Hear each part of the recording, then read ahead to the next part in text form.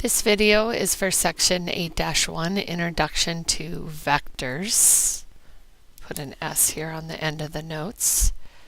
And in this section, we're going to learn about vectors, the meaning, the notation, how to draw them, how to add vectors, and how to break apart and find the horizontal and the vertical components of vectors. In order to do this, the materials I have a ruler, a protractor, I have 2 colored pens, and a calculator. And if you want to get those materials, you can pause the video right now. So starting with the meaning of vectors, there's vectors and there's scalar. And I want to explain the difference. A scalar is a number that just has a magnitude, whereas and how this is different than a vector is a vector has both magnitude and direction. So if I read the first sentence here, many physical quantities such as speed can be completely described by a single real number called a scalar. This number indicates the magnitude or size of the quantity. A vector is a quantity that has both magnitude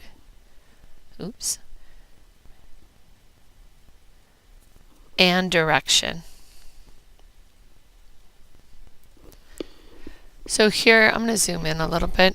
Here are some examples. So the first one says, a boat traveling at 15 miles per hour. It doesn't tell us the direction of the boat, so therefore this would be a scalar. This is different than example 2, where we have a hiker walking 15 paces due west. So we know the distance that the hiker walked, 15 paces, or the magnitude, but we also know the direction. So this is a distance, or a magnitude, and a direction, so this one would be a vector. The third example, a person's weight on a bathroom scale. When I first saw this, I thought about a number popping up on a bathroom scale, and I was thinking it was only the magnitude, or a scalar. But with a scale, you have gravity, and you do have a direction pointing down, so it does have both magnitude and direction, and this would be a vector. Notation for vector is a vector is represented as a line segment here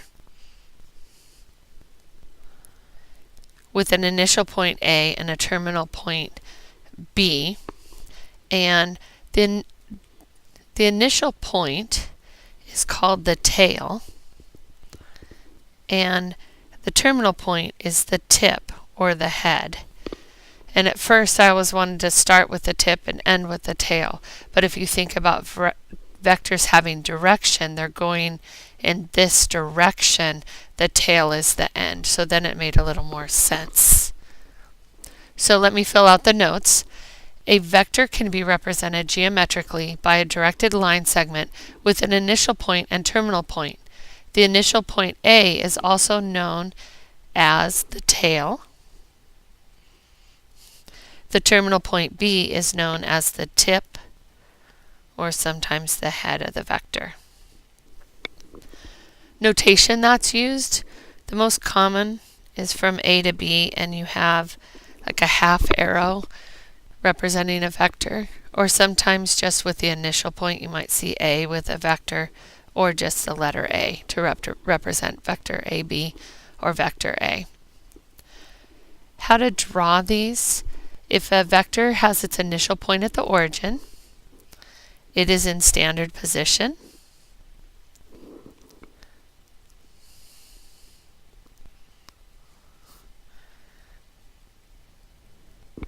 So the vector I drew is an example of a vector in standard position. The length of the line segment represents and is proportional to the magnitude of the vector. If the scale of the arrow is 1 centimeter is equal to 5 feet per second, then a vector 3 centimeters would have a magnitude of 15 feet per second. So vector A, if I wanted to draw that vector, and I probably shouldn't have drawn it originally because I want to see if it's right length. So I want to extend this vector out to 3 centimeters. And if it's 3 centimeters long, So ignore this. If it's 3 centimeters, 3 centimeters is equal to 15 feet per second. So this is 3 centimeters representing the 15 feet per second. So the length of the vector will represent its magnitude. The angle will represent its direction, and so it can be given as a bearing. And a quadrant bearing is a directional measurement between 0 and 90 degrees east or west of the north-south line. So in this example, since I have north, east, south, and west, we're east of the north-south line. So this vector, it's not quite heading north, it's heading to the east of north. So I've already read this. So here's an example, 25 degrees west of north. And how you would write that is you have north is the direction that the vector is going, and we want 25 degrees west. And so in order to do that, I am going to label my north, east, south, and west again. So I'd want to go 25 degrees towards west. So this is where I'd use my protractor. You want to make sure you put the center of the protractor on the origin. It's nice if you can head 0 degrees at north. So 10, 20, 25. Mark the 25 degrees. And then if you knew the magnitude of your vector, that's how long you would make it. So here is a vector that is 25 degrees west of north. Also, there's true bearings, which is a directional measurement where the angle is measured clockwise from north. True bearings are always given using 3 digits. So a direction that measures 40 degrees clockwise from north would be given as a true bearing 040. If I wanted to find the true bearing of the example above, I would want to subtract 25 from 360 degrees, which would be 335 degrees. So the true bearing for 25 degrees west of north would be 335 degrees.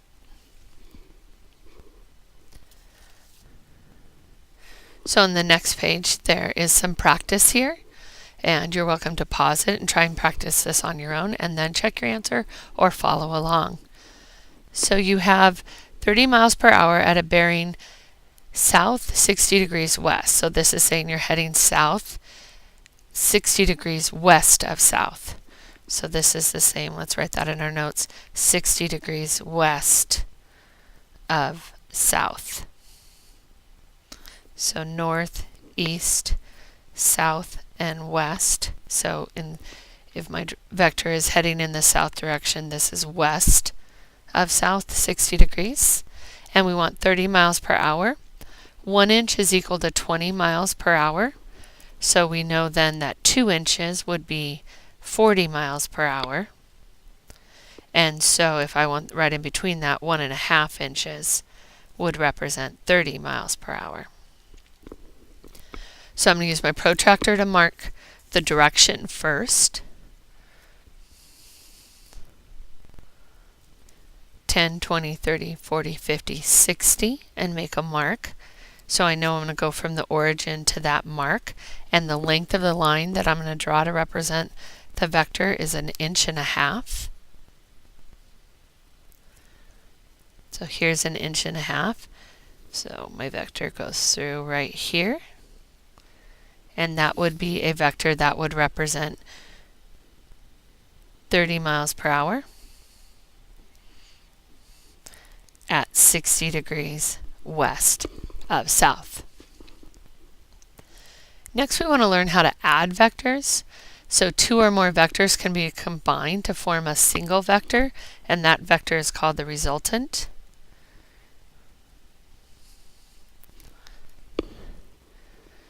And To find the resultant of A and B, you want to translate B so that the tail of B touches the tip of A. So here is the tip of A, and here's the tail of B. And we want to slide B, so I'm going to use my ruler and measure B. Looks like 2.7 centimeters, and I want to slide that the best that I can without changing the angle, so that vector B lines up here. These two vectors should be parallel, with the tip of A with the tail. This is the tail of B. So sometimes you'll hear people say tip to tail. You want the tip and the tail to match up. And then if you go from the tail of A to the tip of B, you get the resultant vector. And so I'm drawing that here. This would be the resultant vector.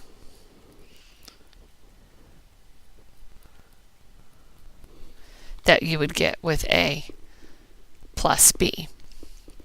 There are two methods. There's the triangle method and the parallelogram method, and they're very similar, and you can choose which one works best for the problem that you're solving. And this is on page 484 of your textbook if you want to look at that and see the two methods. We're going to practice on the next page. I use the triangle method most often, but sometimes the parallelogram method is easier for the problem that you're working. So example 3 is also on page 484 of your textbook, and they're talking about an orienteering competition and trying to figure out where Tia will be after she walks 120 feet east of north and 80 feet due east. How far and at what quadrant bearing is Tia from her starting position? So two questions we're going to try to estimate from our drawing is her magnitude and direction, or how far and at what bearing she is from where she started. It's easiest to approach this problem as she's starting at the origin, and we know she's heading north, but she is heading 50 degrees east of north. So I'm going to use my protractor to measure 50 degrees. Especially because my drawing is going to be an estimate. So I want to be as accurate as I can. 10, 20, 30, 40, 50. Oh, we need to decide on a scale. We have 120 feet and 80 feet. If I let 40 feet equal 1 inch, let's see, then I would need 3 inches here. Oh, inches are going to be too big. Let's use centimeters. Let me change my mind. That won't fit on my graph. 3 centimeters. So 40 feet will equal 3 centimeters. So that would mean 120 feet. I messed up because I messed up the inches. 40 feet is equal to 1 inch. Pencil day. 40 feet is equal to 1 centimeter. I'll try writing it over here. And that means 120 feet is 3 centimeters, is why I made that mistake. And 80 feet would be 2 centimeters. So I have the 50 degrees that I measured out, so 3 centimeters. I want to draw this vector 3 centimeters with a length of 3 centimeters. And this angle right here, this angle right here was 50 degrees, which would make this angle 40 degrees. And now I want to go 80 feet east, so I'm going to use a grid line here. I'm a little above the grid line, and I want to mark 2 centimeters.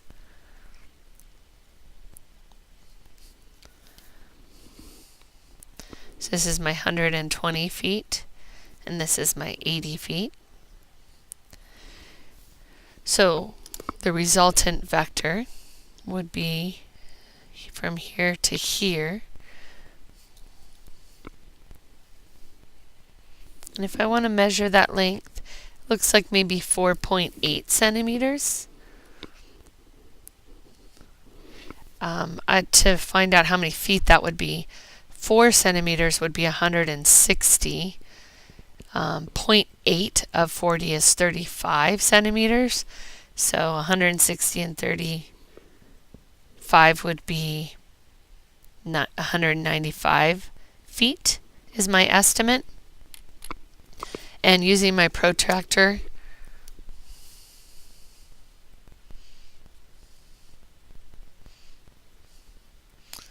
that looks like that this angle is 19 degrees. So we would say that's 71 degrees east of north. So 71 degrees east of north. The parallelogram method would be really similar. Again, I'm going to mark off the first vector. So I'm going to measure the 50 degrees and the 3 centimeters.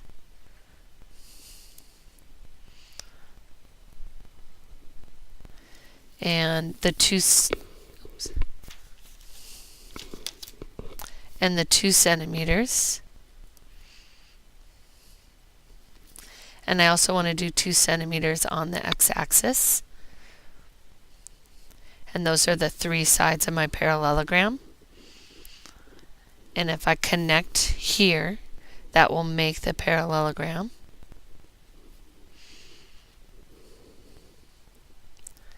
And the resultant would be the diagonal of that parallelogram.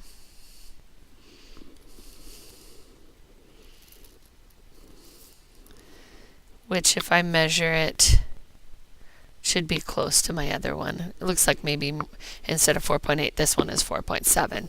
So they're both an estimate. Because I don't want to estimate all vector addition, I also can use some math. I can use the law of cosine to actually calculate the value. So if I redraw this triangle here, and we know this is 50 degrees and we know this is 40, but neither of those are part of our triangle, so I'm not going to label them. I do have right here, if you remember back to geometry, if I extend this line, I have 2 parallel lines and a transversal. So this angle in here is 40 degrees, which makes